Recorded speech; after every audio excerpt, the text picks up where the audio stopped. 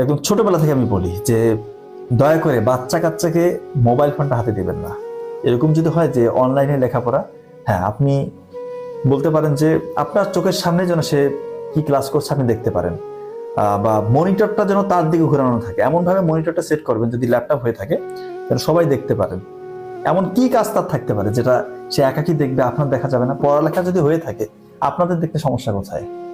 যেখানেই গোপনীয়তা, যেখানেই আপনার ছেলেমেয়ে মনে করবেন যে সে কোনো একটা গোপন করছে, তার কোনো কিছু আপনার কাছ থেকে লুকানোর চেষ্টা করছে, সেখানে আপনি ধরে নেবেন যে সে সামথিং রং, কোনো খারাপ কিছু করছে।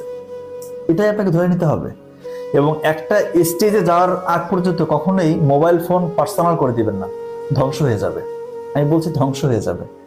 এবং যেসব বাচ্চা কাচ্চা একা ঘুমায় এবং মোবাইল তার হাতে দিয়েছেন, আমি বলি যে একটা বিষাক্ত সাপ যদি তার রুমে দিয়ে দিতেন তাও মনে হয় ভালো হতো।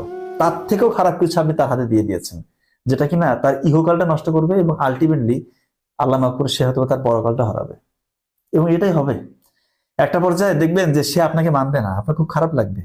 আপনি তো বাবা মা, আপনার খুব খারাপ লাগবে যে এই ছেলে মেয়েকে আমি ছোটবেলা থেকে বড় করলাম, এত কষ্ট করলাম তার জন্য আমি জীবনটা দিয়ে দিলাম বলা চলে। এই ছেলে মেয়ে আমার সাথে এরকম ঔদ্ধত্যপূর্ণ আচরণ করছে, অসম্মান করছে, আমার সাথে রাগারাগি করছে, পারলে গায়ে হাত তুলছে, তখন আপনি কন্ট্রোল করতে পারবেন না। মনে হবে যে মরে গেলে মনে হয় ভালো হয়, মনে হবে এরকম। যদিও এটা কোন স্টেজে হওয়া উচিত না, কিন্তু এরকমটা মনে হবে আপনার যে আমার ছেলে মেয়েটা লাইনে নাই।